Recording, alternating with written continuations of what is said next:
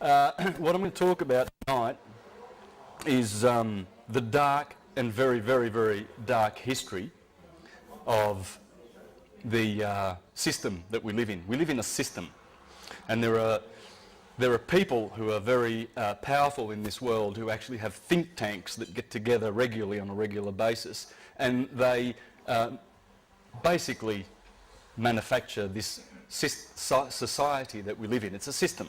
And this, what we live in, with all the stuff that you see, wars, famines, corruption, that's basically the end result of these think tanks that get together and produce this society that we live in. All right, so we look around us and we know that there's something wrong. Because your neighbour next door is a nice person, your family are nice, people you work with are nice. People want to have a nice society where we can live in peace and just live and be free of wars. So you think, well, where's it coming from? Where is this constant tribulation that we have to go through? Now think 500 years back. If you think we haven't got it so bad, well, these days, 500 years ago, the Catholic Church, this is a depiction of some of the chambers of torture in the Inquisition. Now, you guys could easily be classed heretics and you could have been led to the Inquisition. So, you just think back to those days, the Inquisition and the Crusades and all the Dark Ages, and how much our brothers suffered, mankind suffered. And we see now that we know things are really gone pear-shaped. What's the origin of it? Well, I'm going to expose it. Expose it with a little bit of history. The Catholic Church, the Roman cult, has been very, very, very busy in the last couple of thousand years. Starting with the Julian dynasty, then the Flavian dynasty, then the Antons, the Antonys. We had the empire. Rome was a republic, became an empire. Just like that, overnight. They killed Julius Caesar, bang, Augustus. It's an empire. This empire is our enemy, as you will see, because it has morphed as it's gone through the ages with the backing of the Roman cult and a very, very dark priesthood, who through their sorcery and evil and their papal bulls, they seal those papal bulls, they put a spell on them, they put them in their vaults, and what is written on those papal bulls goes. Why? Well, because they're sorcerers. And because when you make a claim of right, which in law means, hey, these are mine, I'm claiming them. Well, I've got the highest claim of right because they're in my hands. I brought them here. The evidence is there. So they're mine. What the Catholic Church did in 1302, very, very, very, very, very powerful date in history. Pope Boniface VIII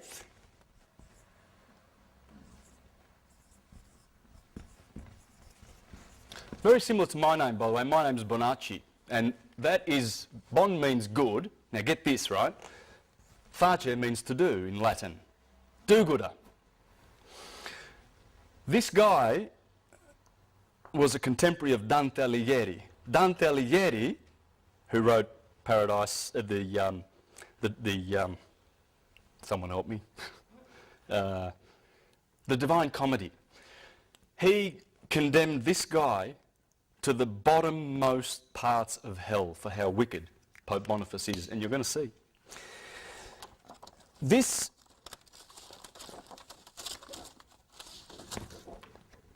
there's his tombstone. You see the crown? It's a double crown. put that on because King Philip in France had a crown. And Prince Philip was a nasty, nasty guy. He's the one who in 1307, get these dates, they destroyed the Knights Templar. They had to, because they were rivals. And they were doing things the right way, the original Knights Templar. That's when Philip and Clement, the Pope, after Boniface, they had Jacques de Molay in prison for 7 years. They smashed every bone in his body. They blinded him with hot irons, roasted his testicles in oil. They did everything to that man with their little devices. This is the sort of devices that the Roman cult has used for a long, long time, and they're still using them in a spiritual sense in the courts. And I'm going to show you this. The courts are run by these people. Everything that happens in court is ecclesiastical. Everything.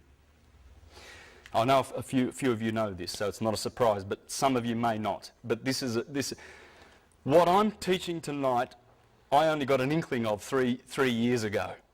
But the stuff from these websites, you might want to put these down. These are all linked to my website, universaltruthschool.com. So if you've got a pen, you might want to write this down. I'm leaving this up for a bit. But most of the information that I'm telling you, you can source here. And it's Frank O'Collins in Sydney runs these.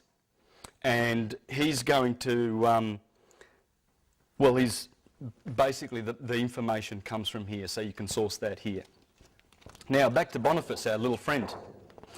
So he put that second crown on his head to do one up on Prince Philip.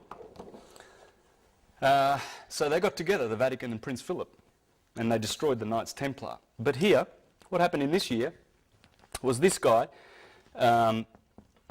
Pope Boniface VIII, in 1302 created the first express trust in history. What's a trust? Well, the Crusaders were going off to Jerusalem, leaving their homes, their palaces and their riches behind. So they developed an idea.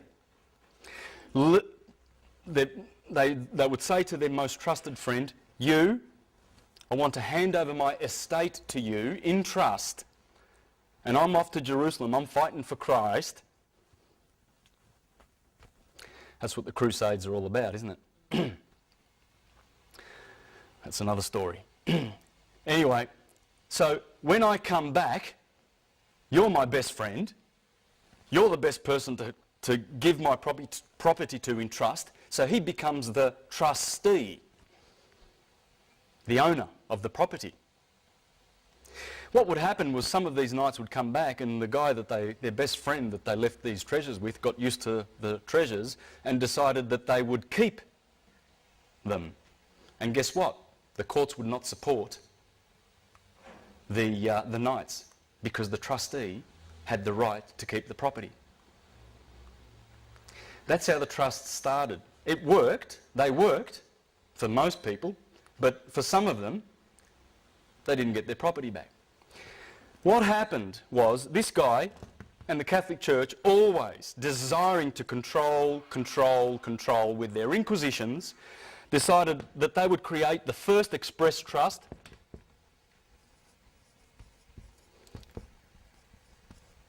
in history. All right, that trust is called Unam Sanctam.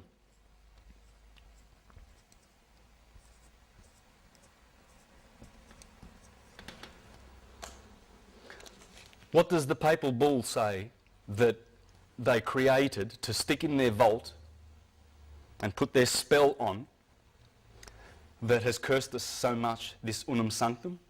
It says that all the world and all the souls in it are ours. Remember the right of claim? This is mine. Well, a claim of right. They made a claim of right. They rocked up, sitting on top of the world, look around, seeing all these people sleeping, got all these gold in their vaults and all this power, and they said, we own the world. And so they do, because no one has challenged that. No one has challenged Unam Sanctam, this papal bull. It's in the vaults. And it's a curse on mankind, and I'll show you how. This was the first express trust in history. So they have claimed the whole world and all the souls therein. And you will see, by virtue of your birth certificate, that that is the title of your soul that they own in their registries. They have registered you. And that is the title to your soul. So what you're going to learn in the second half of this presentation with Serena is how to collapse those trusts, because it's the only way to get out of the system and claim your dominion as children of God, of the universe, and not as their slaves, as people lost at sea, incompetent, because that's how they consider you when you walk into court, an incompetent, dead, with no soul, because they own it. And those black judges who are priests of Baal, they are ecclesiastical. And I'll show you that after we go through a little bit more history. This is painful history, because if anyone of you have done their history and read a lot, you know, like through the Dark Ages, you'll know how much humanity suffered. Do you remember the Huguenots in France, the Lollards in Scotland, the Collegiants, the Socinians, the Anabaptists, the Waldenses? They started around this time and everything. These guys started the Inquisition at that time because people were waking up back then.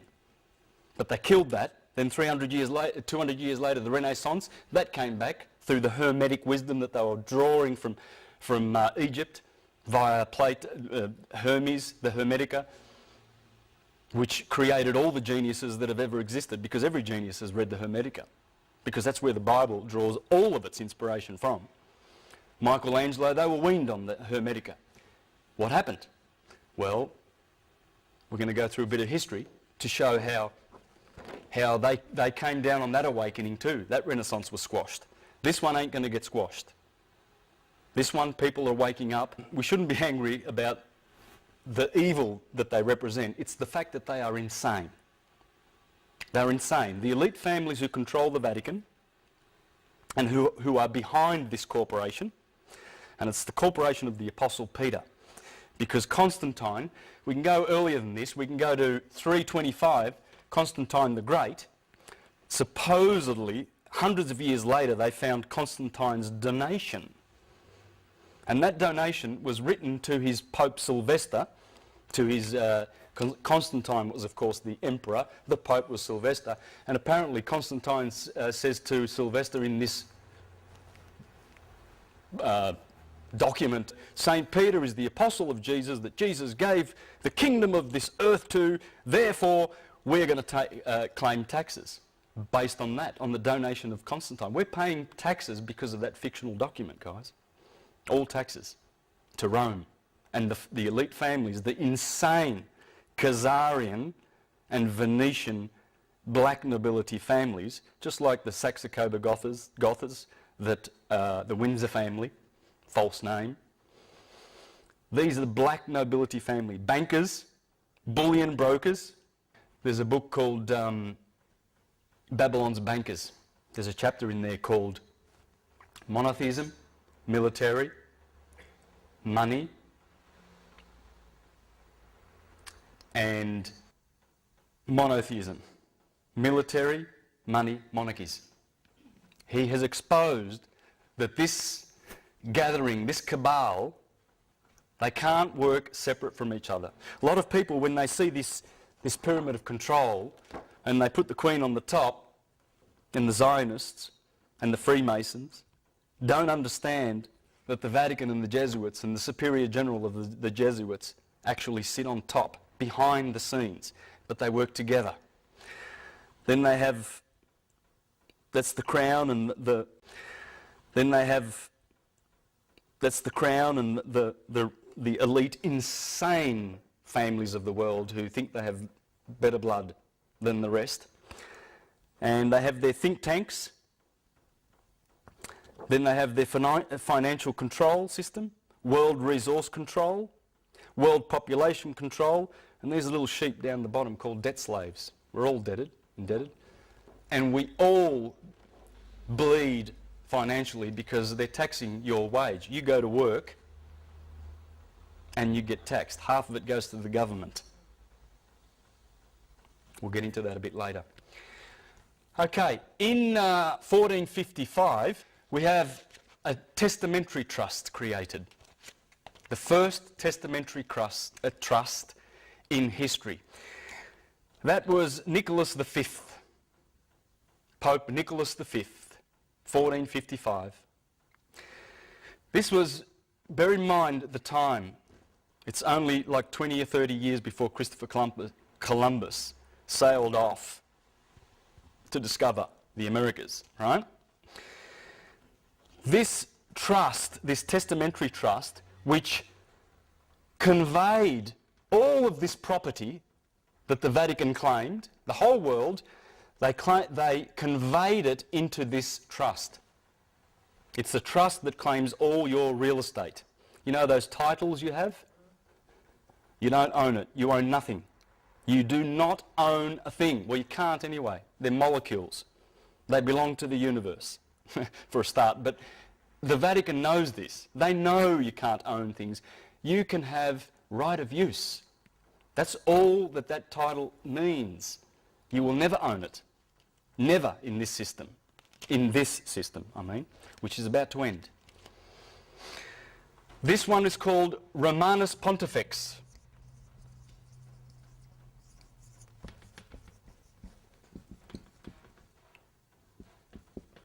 Romanus Pontifex. This one is crown. This is where the crown originated. Remember that double crown? That's going to morph into a triple crown because there are three trusts. This is the first one. There's two more to come. See that triple crown? That's called the tiara, the papal tiara, or the triregnum, the three kingdoms. What are those three kingdoms? Well, this is one of them. This is their fictional kingdom that they created. Remember Shrek and the king and his fictional characters? Same deal. Exactly the same deal. There it is in modern times. This pope wore it. The last three popes refused to wear it. And there's Pope Boniface. That's him. That's Udante, confined to the bottommost pits of hell. And he and his successor pope did what they did to the Knights Templar. Very important, because they stole the Knights Templar technology and corrupted it like they do with everything for power and control. In 1481, now get this, 11 years before Columbus set sail, another trust. Now these three trusts, by the way, in the incipit of the trust, which is the introductory words of the trust, the testament, or the bull rather, it's the bull, the papal bull. The incipit says, for a perpetual remembrance. That's a trust. Right? Now, this one's called attorney.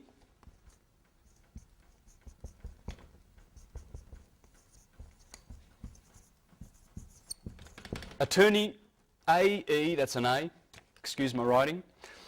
Attorney Regis, the Eternal Crown. This is Pope Sixtus, the fourth. Pope Sixtus the Fourth. And this is the second testamentary deed, trust, deed and will, the second crown of the people, which makes people slaves. This is the Commonwealth. The crown, the Commonwealth was born here. You think these are all English things, don't you? No. The Queen serves the Pope. The Vatican is the most powerful entity on this planet, accepting this. These people, the Knights Templar, or the Temple Bar rather, I forget the year, were granted this. This is in the City of London, the square mile. This land has no title. That is the only land in the Western Hemisphere, or you could say the world, because As you'll see, this system has spread its tentacles all around the planet, but mostly in the court systems, in the Western court systems, which I'm going to show you. So we're going to go to that now in a minute once I get off the history. So when you go to court, you will see it. You'll see it, who they are, those judges and magistrates, who exactly they serve. It's not you. And there's no justice. There is no justice. That's why you wonder when you hear these outrageous things that happen in court. People, innocent people who were speeding or something, who had some marijuana and they're in prison. My God, there's some suffering in our prisons. In 1531, convocation.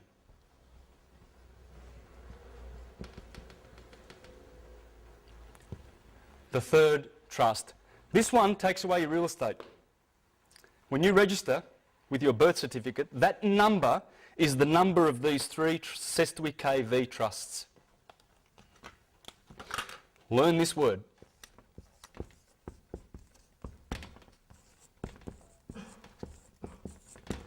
That's the name of your enslavement. That, in Latin, is six. Six. Six. Six. There are three of them. That's six in Latin. That's six. There are three Sestui KVs. Sestui KV or Setui KV. A lot of people say Setui. That's the Triple Crown. They own and sit on the crown. They are the kings of these trusts, which have taken away your real estate, your personal property, and your soul. This is for baptism, for Catholics. That's why they want baptisms. That's why they go around converting. And that has stolen and deprived us of our real wealth. These are worth about $15 million. If you've got a birth certificate in this country, in the Commonwealth of Australia, which is registered with the Securities Stock Exchange Commission in New York, you are a shareholder. Canon law, which I'm going to talk about soon, was established in this country in 1983 because something happened in 1975.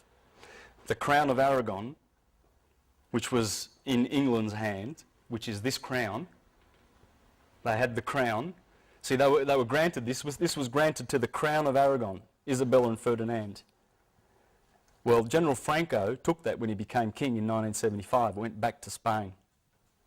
It was originally for Spain, created at that time, before Columbus went to America.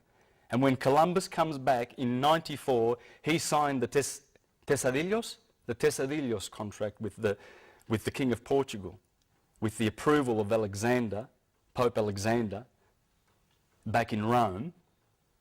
So they have the title for all the Americas. And they're just Sestui KV accounts. That's all they are, trusts. Everything is a Sestui KV. Everything goes back to these trusts. Now, what I'm going to show you is when you go to court, it's trust law. They're administering these priests of Baal, of Saturn, who is Satan, and remember, as Virgil said in the Aeneid, we the Latins, everyone knows, are Saturn's people. Latin, L is replaced, you just take the S away from Saturn and you put L there, same word. Latin is Saturn, it's the same word. L is L, that's another name for Saturn. That's why you can say Latin. But the Latin Church, that's why they speak Latin. This is all Latin, and even they know they're Latin because it's Satan's church. They dress in black. They are the Grim Reapers. They are reaping our souls. The souls belong to them. I saw this the other day on the internet. I thought I'd copy that and show you. There's who they are. The Grim Reaper is black. That's why they wear black. They are ecclesiastical. We'll go through that in a minute. I saw this on the internet. Isn't that appropriate? Remember the Austin Powers? 1 million souls. Yeah. No souls are enough. They love devastating souls, sodomizing souls. How much pedophilia is in this church? How much? It's coming down. It's coming down. The Jesuits, did you hear about this? I'm sidetracking a little bit, but in one of the largest settlements in the Catholic Church's sweeping sex abuse scandal, an order of priests has agreed to pay $166 million to hundreds of Native Americans and Alaska natives who were abused at the order's schools around the US Pacific Northwest. The settlement between more than 450 victims. Imagine if you're one of them. We don't think about it, but yeah, and how many of those people committed suicide? Those ones that are left to fight, if they've got any fight left in them after they've been sodomised and abused by these criminals.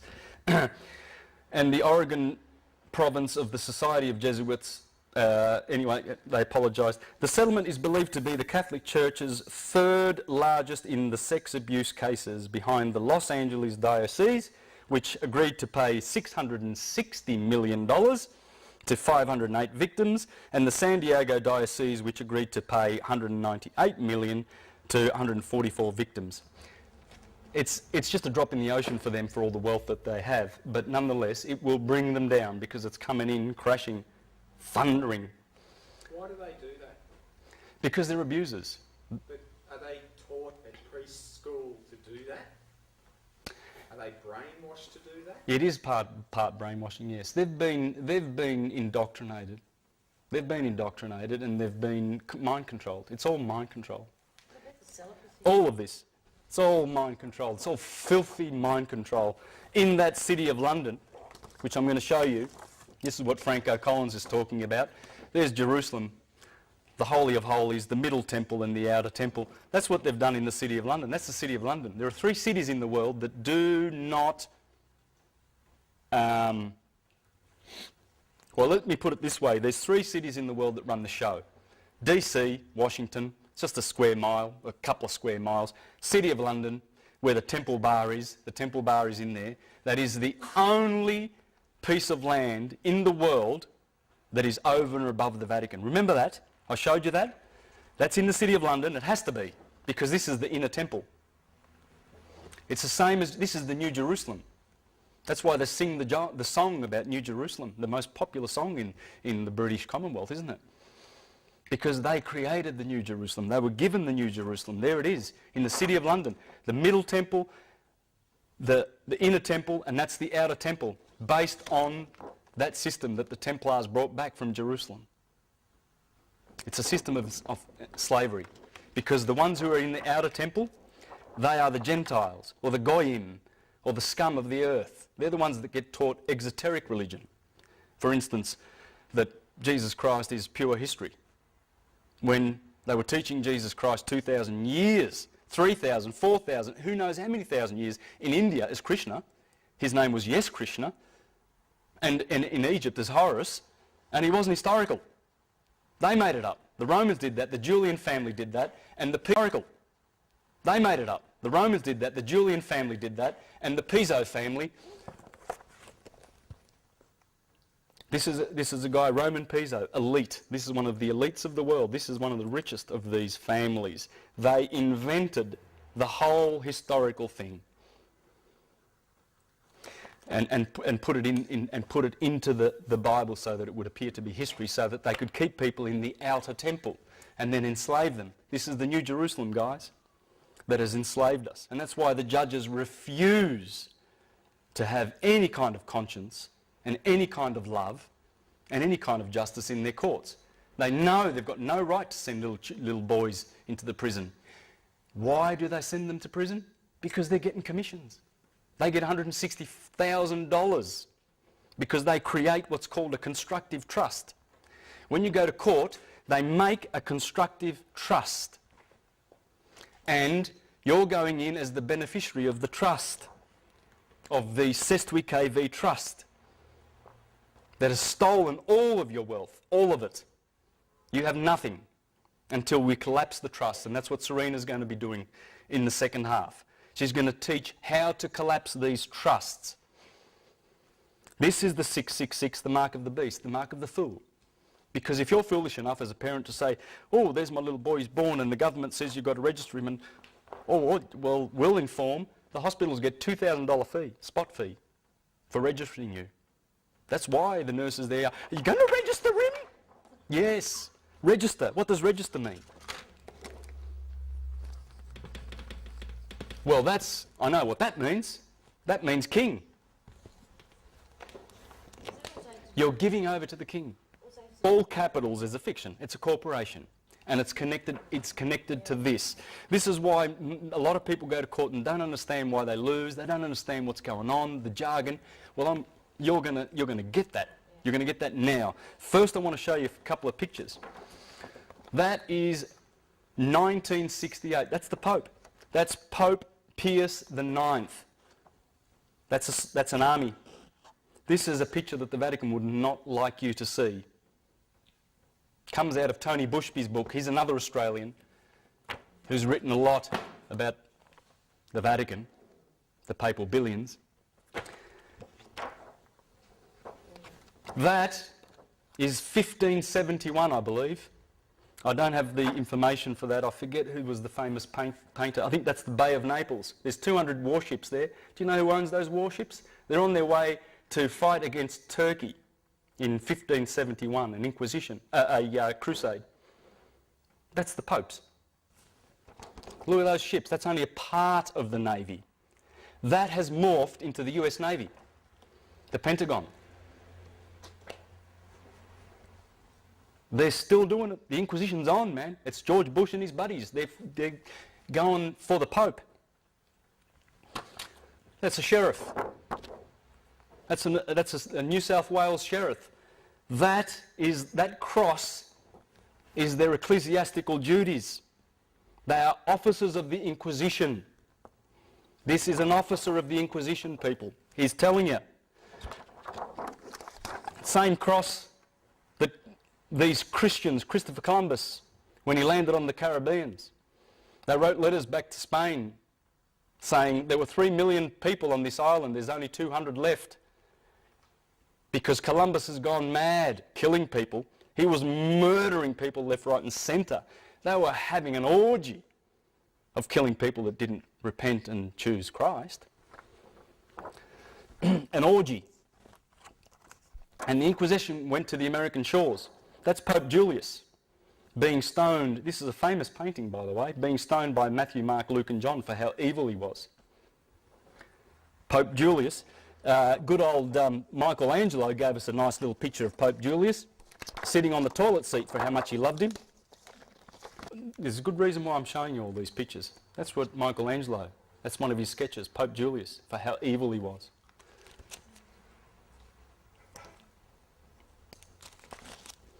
That is a flyer that was going around in 1501 for the same Pope, saying that he was from the devil and from Satan. Because why? Because they are. Look at them now. See those SS officers and the Vatican? Look at them blessing the killers, training them in mind control. Go, the Sestui KV accounts need to be charged up, we need money. Look at how eager this orthodox bastard is. He's so eager to bless them. Go. He'll stay at home, eating his bread and cheese and champagne and caviar. Yeah, no worries. Look at that. That's a famous picture. There you go. Pope Pacelli.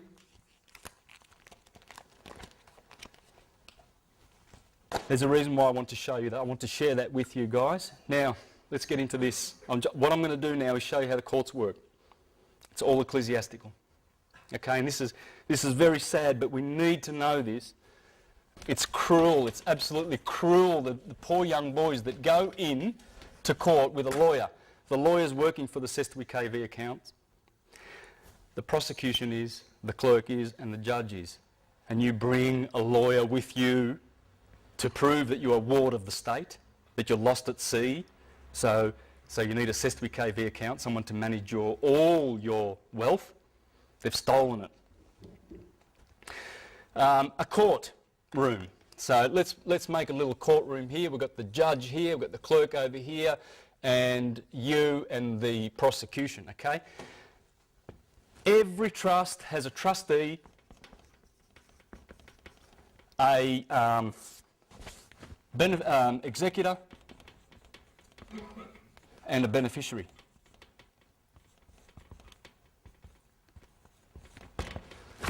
Okay? That's the owner. This guy executes, sign, and this guy's the beneficiary. That's you. You're the beneficiary of the SWKV trust, right? Now, why they bring you into court is because they want to create a constructive trust with the presumption, with the knowing that you're already a slave of the system by virtue of your name. That's why the judge, the first thing he says is, what is your name? For the record, can we have your name? He wants that name. The moment you give him that name and agree to be that name, you bring life to the SWKV trust, and he's got you, because he wants to change roles with you. The clerk here is the trustee, not the judge.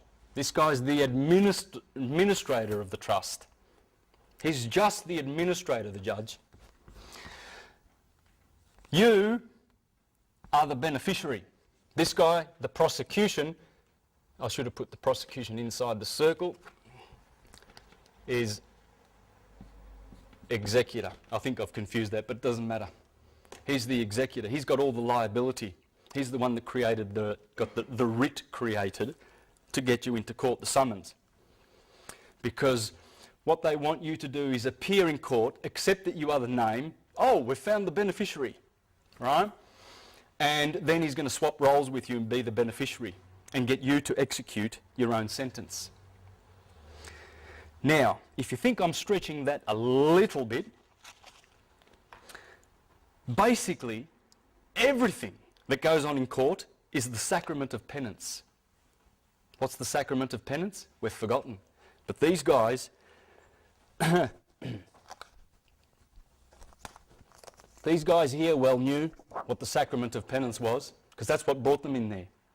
The sacrament of penance is, you're a dirty, rotten sinner. We're all sinners. Sin, sin, sin, sin, sin. But God's merciful. Oh, he's lovely. He forgives. So you've got this treasury of credits up there in heaven. What we're going to do is we're going to administer those credits. We're going to administer them, and it's penance. And you pay, and the system works on the confession. It's all the confession. You go to court to confess your sins and pay for them. That's penance. Every single thing in court runs as a church does, and confession, and you go in there to confess and accuse yourself. Penance is a sacrament in the new law instituted by Christ, in which forgiveness, this comes from the Catholic Church. Have a listen to this. This is from I've just ripped this off the Catholic Wiki Encyclopedia on the net last night.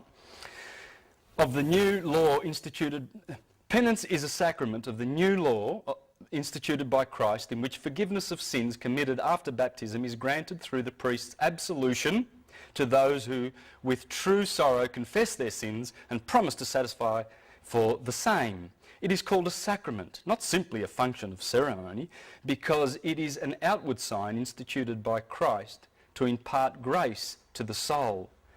As an outward sign, it comprises the actions of the penitent in presenting himself to the priest and accusing himself of his sins, and the actions of the priest in pronouncing absolution and imposing satisfaction. The whole procedure is usually called, from one of its parts, confession.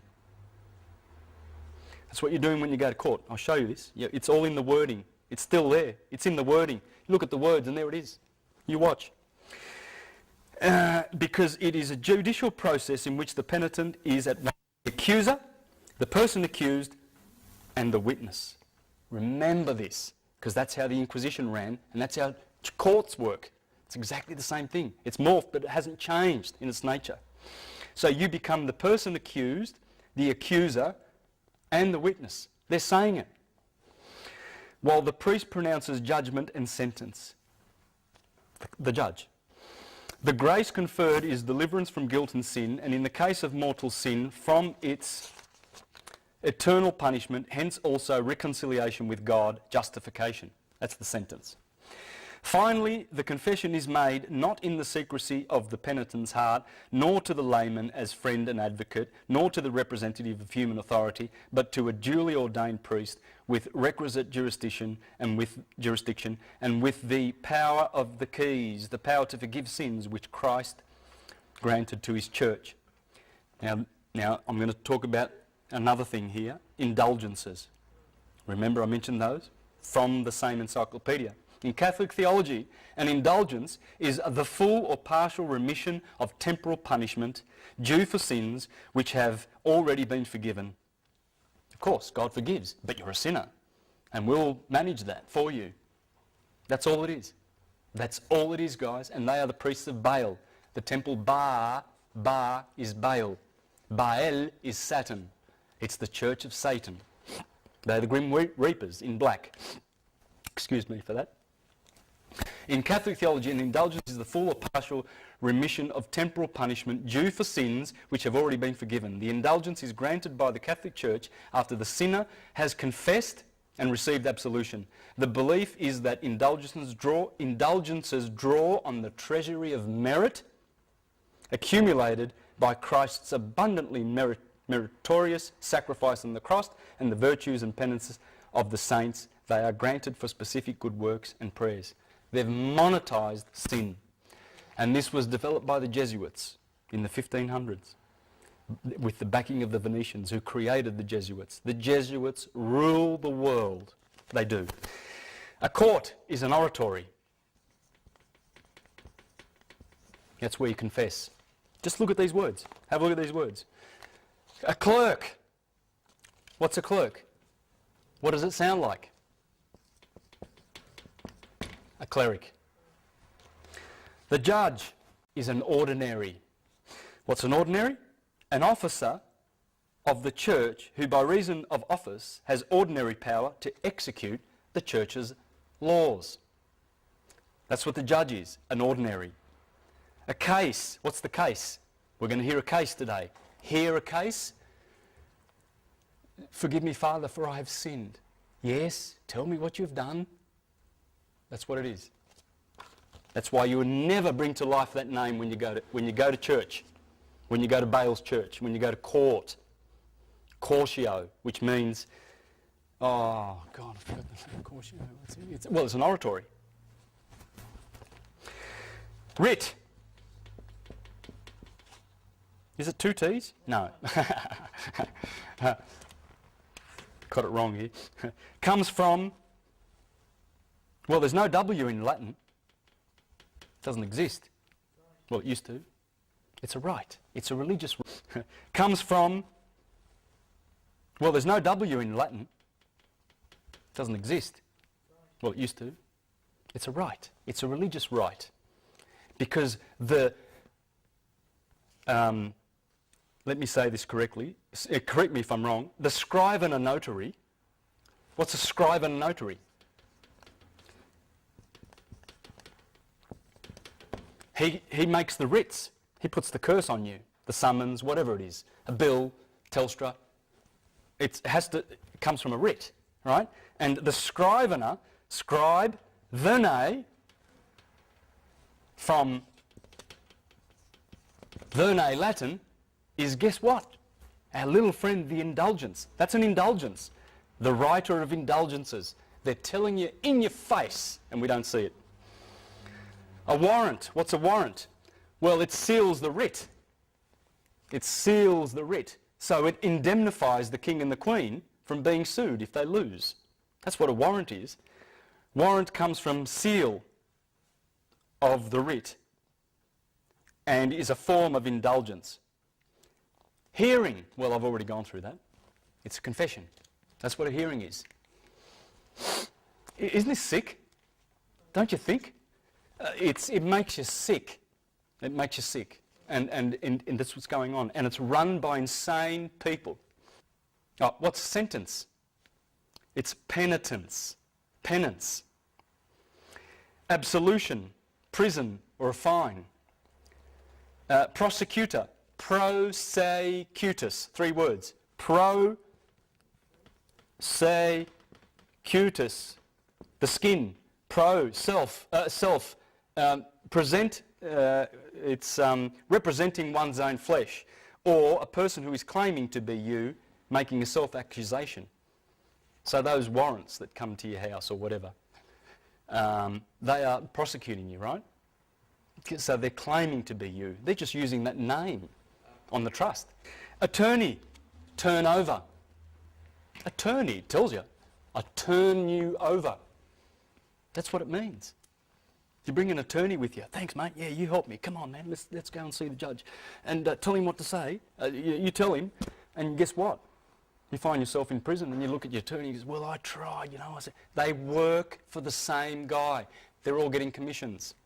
That's why the prosecution is always required to bring their checkbook to court. Because if they can't get you to swap roles with him, you become the trustee, he becomes the beneficiary, and get you to prosecute your own sentence. If they can't do that, they bear the liability. They're going surety for it. They're prosecuting. So they're bringing the liability. They're charging your trust account.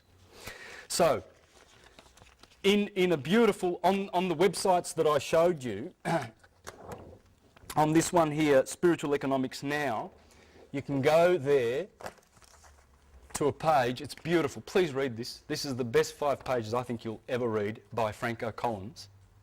Right? All those websites are linked to my website, the top one, Universal Truth School, or you can go straight to them. But if you go here, you'll find the links. You can get to all of those. And in here is the information that Serena's going to share with you next about how to collapse these trusts and how to create ecclesiastical deed polls and to create a new birth certificate. That's called a live born record. Right? And I have a new trust number, and I have a universal, not a Roman date for my birthday. Anyway, Serena will be making that a little bit clearer. What do you say in court? Court. Who's who and what to say. This is what Franco Collins suggests, and I'm going to finish up with that and tidy up. Serena will do her bit after we have a break, and then we can do some question and answers after that. All right? And believe me, Serena's got some beautiful things to share with you because she is really, really leading in Victoria and spearheading this technology. So. But the most important thing, guys, is to get on here. There are audio files. You can listen to, there's about 16 audio files on talkshoe.com, is it? Or .org? It's .com. You'll find it, there's a link to it here in these. There are links to it. But you can download Franco Collins' audio files and learn all this. I've just been learning this in the last 3 months. This is what to say. We all know from our indoctrination, programming and schooling that judges are impartial and have sworn an oath to this effect. This means he must not favour either plaintiff or defendant, but our experience reveals that he does indeed favour the plaintiff, indicating a glaring conflict of interest. That the prosecutor, judge and clerk all work for the state, the owner of the Sestwi KV Trust. So, as the case is not about justice, it is about administration of a trust. They all represent the trust owned by the state, and if we are beneficiary, the only 2 positions left are trustee and executor. There's only 3 positions connected to these trusts. And the state, the Vatican, owns them. So if you detect the judge's impartiality, although I doubt the case will get this far, you might want to let him know that you know this. If you consider court as entertainment, and if you can stand the evil emanating from its offices, the fear, the angst oozing from the walls, and the treacherous atmosphere, then go, knowing that under trust law we cannot be trustee or executor of a trust, while being beneficiary, as that would be a conflict. The position of beneficiary may lack clout, but the other positions hold liability. Remember? He brings the writ, he brings the case to court, the hearing. Come and confess, you've been accused. Talk to the judge, tell him what you talk to the priest of bail, he's dressed in black there all for you, monetising sin, pay, because what they do is they dip in to our Sestui KV accounts because they've got our numbers. There's 3 numbers: birth certificate number, tax file number, and social security number. They are the 3 major numbers. There are other numbers. They're the numbers that follow you around all your life for 75 years. That's why they demand that you retire before 75, because these birth certificates, they only run 75 years. Because it's all about banking. This is also about banking, guys. Libya is one of only 4 or 5 nations on earth that still own their dollar. Thank you very much. Say no more. The Rothschilds, they want their banks, they want these Sestui KVs going, 666, the mark of the beast. They want it all around the world, and they think they're going to bring in the New World Order. This is the New World Order. Because as it morphs, remember Constantine and the Julian evil? How did Julius Caesar get to power? He ran fire departments in Rome, and if you didn't pay, you found that your neighbourhood would get burnt to the ground. That's how he got into power. It's mafia. It's all mafia. It's all, look, there you go. Beautiful couple, aren't they? That is the king of pedophiles. That is the queen of pirates. They've been running the Hudson Bay Company and the East India Company, selling drugs to the Chinese. They're pirates. They ran the pirates. She's the queen of pirates. They hire mercenaries. They hire inquisitional soldiers.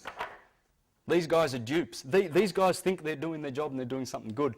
They've got the afterlife to deal with after they've been persecuting people. That's the private guilds that run this from the Temple Bar. They are above the Vatican. Only these people, because that land was granted to them in absolute. They are the only ones in history who have that land. Therefore, they can do this. And since 1815, since the Rothschilds bankrupted the Bank of England and took over those private guilds, we've been under that family, Khazarian family. That's what they are. I'd just like to ask a question. I wonder if they've been introduced to these people yet. I wonder if they know that they live on the same planet. And the guy who shot this film, by the way, he went home, he was from New York. He shot this and committed suicide. That's the story about it. That's a famous picture. Because he went there and he saw that and he saw this bird is going to eat that little kid. Now why are these people suffering and starving? Because this system has stolen the wealth of the whole world. And we have to wake up. A few more things about what to say in court. This will be a surprise if you have to go to court.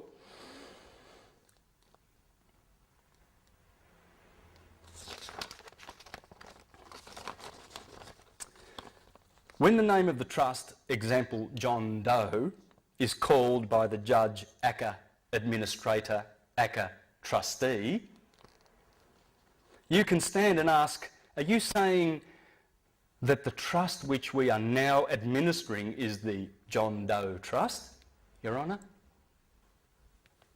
And you watch him turn white. The moment you, what's the word? In the moment you just show an inkling of that knowledge, because they are hiding this fact, they are denying that they're operating trust law.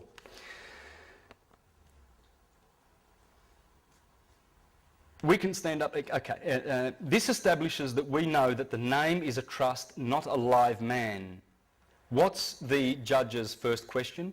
What is your name? State your name for the record. We must be very careful not to identify with the name of the trust, because doing so makes us the trustee. What does this tell you about the judge? If we know that the judge is the trustee, then we know that the judge is the name.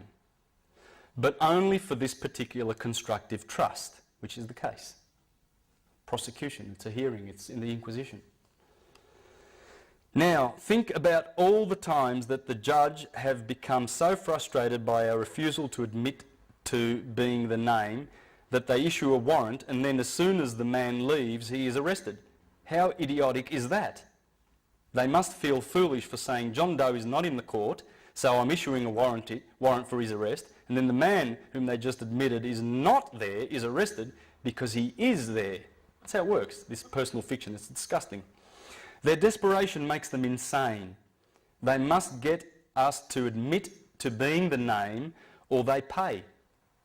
Remember, he's got to bring his checkbook along, man, because he has to pay if he fails to shift the liability over to us, and we prosecute and we sign. We execute our own sentence.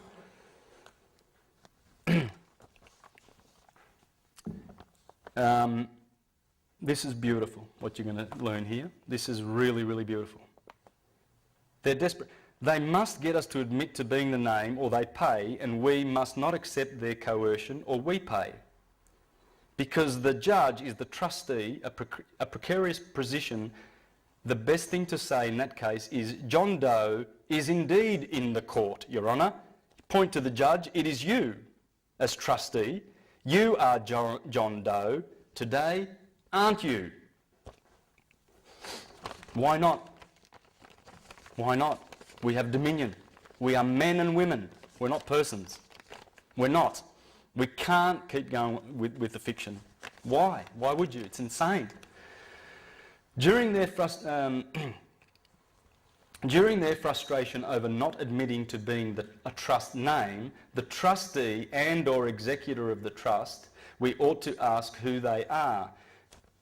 Before we go any further, I need to know who you are. Address the clerk of the court. The trustee for the Sestui KV Trust owned by the state province. Are you the Sestui KV trustee who has appointed this judge as a trustee for the Sestui KV Trust owned by the state province? Are you the Sestui KV trustee who has appointed this judge as administrator and trustee of the constructive trust case? Numbers. Did you also appoint the prosecutor as executor? Did you also appoint the prosecutor as executor of this constructive trust? Then point to the judge. So you are the trustee, then point to the prosecutor. You are the executor, are you not?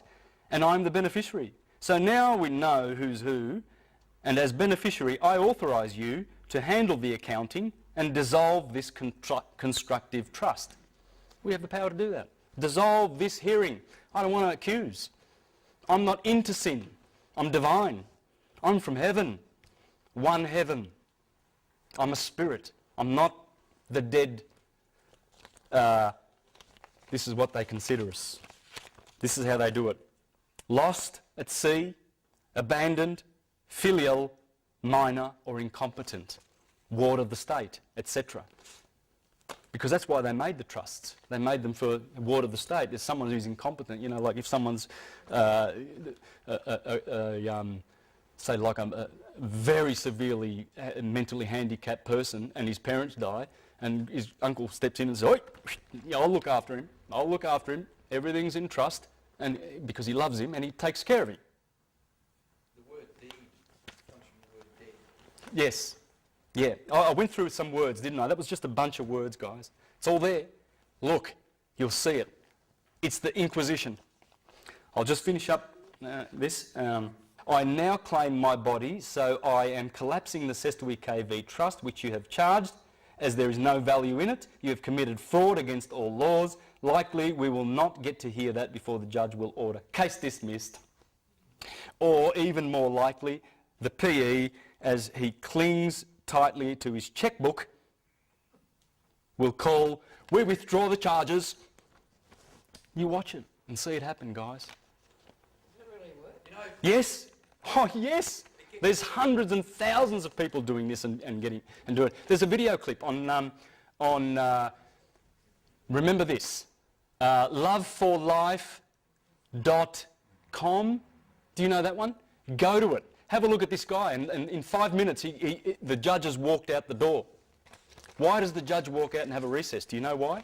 I'll just finish off with this really quickly. 3 forms of law in the court. When you go to court and the magistrates, you get UCC. First up, commercial law. They can only fine you here. You can only get a fine. When the judge has a recess, he's not telling you what he's doing. He's changing the form of law. And you can go to prison in canon law. That's the Vatican. That's canon law. It's not common law. It's admiralty law. Admiralty law. This is the second form of law. This is the first one. The third is Talmudic.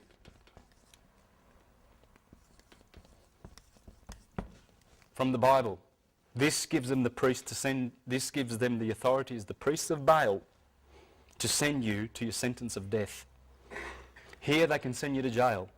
That's why he runs out of court. You'll see the judge in that video clip on the website, loveforlife.com or .org, whatever, you'll find it. And go down and have a look at the guy, and you'll see how the judge goes, because he got frustrated with this guy. The guy just refused to give him his name. He said, "Are you John Doe?" And he goes, "I'm John." I'll repeat, "Are you John Doe?" He says, "I'm John." "Do you have a family name?" He says, "Oh, I have a family name, but that's not important for today. John will do. I'm here to offer remedy." And the judge got so angry. He said, "Sit down!" He's basically yelling. He's telling his dupes, his bailiffs and all these sheriffs and everything to get him and throw him out of the court. And he says, "Don't do that. You'll be dishonouring a court official," because he'd already given his documents to the bailiff. And once those documents are on that bench, that's it. They can dishonour that. And it's very, very dangerous. Anyway, the judge got frustrated and he goes, "We're going to have a recess." And the guy says, "How long? I haven't got all day. How long are you going to be?" And anyway, the judge opens the door and walks out. Just as he walked out, he realised, he says, "The judge has jumped ship," because that's what this is, a ship. Remember, it's admiralty. It's the law of the high seas. He's in his ship. He's in his boat. So he immediately announced, he said, "For the record, the judge has jumped ship. He's abandoned ship. I, as a sovereign in this court, take authority. Case closed, with prejudice. Have a nice day." And just walked out. Okay? This is the power you've got. If they adjourn the case, that's fine. It stays in the same court. If the judge says we're going to have a recess, that's when you step in and you say, "Your Honour, I don't consent." Because it's an offer. They're administering the trust. You don't have to go to jail. You don't have to consent. The jail is just a